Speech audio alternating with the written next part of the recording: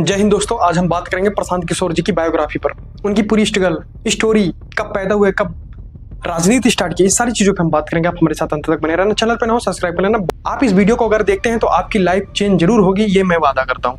यह कहानी है एक ऐसे बेटे की जिसने डॉक्टर पिता का सपना अपनी सोच से आगे बढ़ाया, जिसने संयुक्त राष्ट्र की नौकरी छोड़ दी सिर्फ इस देश की मिट्टी में बदलाव लाने के लिए। दोस्तों, नाम है प्रशांत किशोर।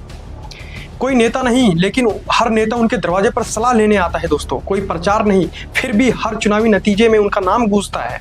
आइए जानते हैं कैसे एक साधारण परिवार का बेटा बिना सत्ता के सिर्फ सोच और सेवा से देश की राजनीति को एक नई दिशा दे गया। ये कहानी नहीं, ये क्रांति की शुरुआत है। दोस्तों, एक साधारण घर का असाधारण बेटा साल 1970 बिहार के एक छोटे से शहर बक्सर में जन्म लेता है। उनका नाम रखा जाता है प्रशांत। घर में ना राजनीति का माहौल था, ना बड़ी बड़ी सोसाइटी वाली बातें थी। दोस्तों, उनके पिता डॉक्टर श्रीकांत सरकारी हॉस्पिटल में डॉक्टर थे, दिन रात मरीजों की सेवा करते थे, कभी आराम नहीं किए। माँ सुशीला पांडे घर की रीढ़ थी, जिन्होंने सीमित संसाधनों में अपने बच्चों को संस्कार और हौसला इंसानियत भी दी। वो बच्चा बड़े सपने देखा करता था, लेकिन सपने से पहले उसके पास था इरादा, संघर्ष और माँ बाप का आशीर्वाद। दोस्तों, हम दूसरी बात करेंगे। जब किताबों से निकलकर समाज को समझने लगा, प्रशांत का मन हमेशा सवाल करता था, क्या हम देश को सिर्फ भाषणों से बदल सकते हैं? गरीब को रोटी, किसान को दाम और युवाओं को काम कब मिलेगा? दोस्तों, इंजीनियरिंग की पढ़ाई की, फिर पब्लिक हेल्थ और पॉलिसी मेकिंग की तरफ बढ़े। जब दोस्त अमेरिका लंदन में नौकरी के सपने देख रहे थे, संयुक्त राष्ट्र अमेरिका में काम करते हुए सोच रहे थे, क्या मैं अपने देश के लिए कुछ कर पा रहा हूँ? एक दिन उन्होंने सब कुछ छोड़ दिया। एक दिन प्रशांत ने फैसला लिया, अब मैं दूसरों की योजनाओं का हिस्सा नहीं बनूंगा, मैं खुद योजना बनाऊंगा अपने देश के लिए। दोस्तों, वो इस संयुक्त राष्ट्र की नौकरी बड़ा पद, मोटी सैलरी जब छोड़कर भारत लौट आए, लोग हंसे। एक डॉक्टर का बेटा अब नेता बनना चाहता है, लेकिन उसे सत्ता नहीं चाहिए थी, उसे बदलाव चाहिए था। वो आदमी जो कभी मंच पर नहीं चढ़ा, लेकिन मंच बनाने वालों को बना दिया। 2011 में नरेंद्र मोदी के साथ जुड़कर उन्होंने जो रणनीति बनाई, उन्होंने 2014 के चुनाव में इतिहास रच दिया। चाय पर चर्चा, 3D रैली, ये सब प्रशांत की सोच थी। दोस्तों, फिर जब नीतीश कुमार के लिए काम किया तो वह रणनीति भाजपा के खिलाफ चली। कभी कांग्रेस, कभी YSR, कभी TMC, हर बार जीत हुई, लेकिन उसने कभी क्रेडिट नहीं लिया, न भाषण दिए, न पोस्टर में अपना नाम डाला। क्यों? क्योंकि उनसे नाम नहीं, काम की भूख थी।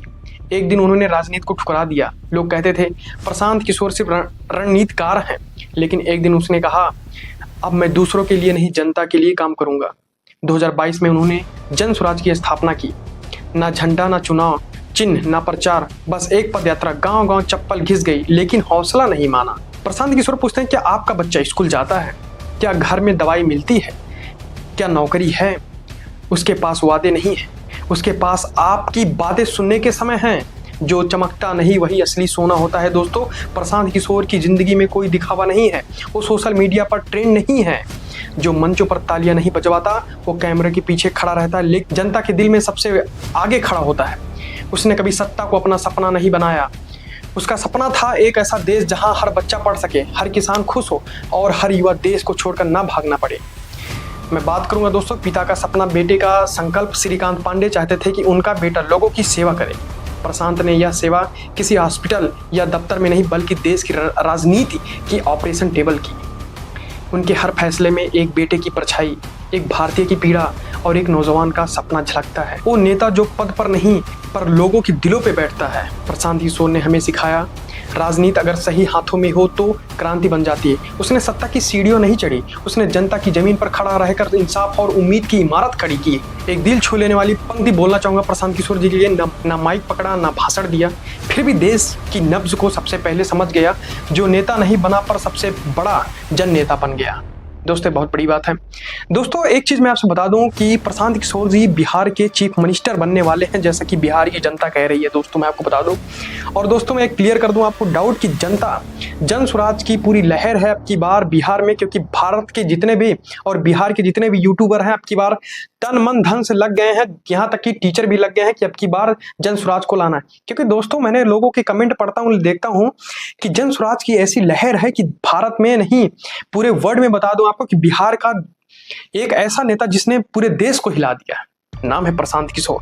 प्रशांत किशोर की स्टोरी आपको जरूर मोटिवेट करेगी दोस्तों, क्योंकि ये स्टोरी पूरे माइंड से मैंने बनाया है। और मैं आपको बता दूं कि ये स्टोरी नहीं, एक जर्नी है दोस्तों कि जिन्होंने हमें सिखाया कि अपनी लाइफ में कैसे आगे बढ़े। अमेरिका का जॉब छोड़ के वो भारत में आए देश को बदलने के लिए, बिहार को बदलने के लिए। एक बार इनको भी आजमा के देखिए, क्या बिहार को बदल सकते हैं या सिर्फ बातें करेंगे। एक बार आजमाना ज़रूरी होता है दोस्तों अपनी लाइफ में। अब की बार मनीष कश्यप, बड़े बड़े जितने भी फेमस यूट्यूबर हैं, सब जनसुराज से इलेक्शन लड़ रहे हैं दोस्तों। मैं आपको बता दूं, एक बार प्रशांत किशोर को आजमाना ज़रूरी है, क्योंकि इन्होंने बहुत वादे किए हैं कि युवाओं को नौकरी देंगे और गरीबों का दर्द समझेंगे। ये सारी चीज़ें इन लोगों ने एकदम बहुत कंप्लीटली वादा किया है। एक बार इनको भी आजमा के देखो। और एक लाइन बोलना चाहूँगा प्रशांत किशोर जी के बारे में, ऐसा नेता तो मैंने कहीं नहीं देखा कि जिसके पीछे पूरी जनता होती है पागल। और दोस्तों ये नेता नहीं, एक छत्र छाया है बिहार के लिए। Thank you so much Prashant Kishor जी को बधाई हो एडवांस चीफ मिनिस्टर बनने के लिए। मैं नहीं, जनता कह रही है। और देखते हैं अब की बार बिहार का चीफ मिनिस्टर कौन बनता है। और विधायक मनीष कश्यप जी बनेंगे तो देखेंगे। Thank you so much. Edu reform reporter के चैनल पे करने हो सब्सक्राइब कर लेना दोस्तों।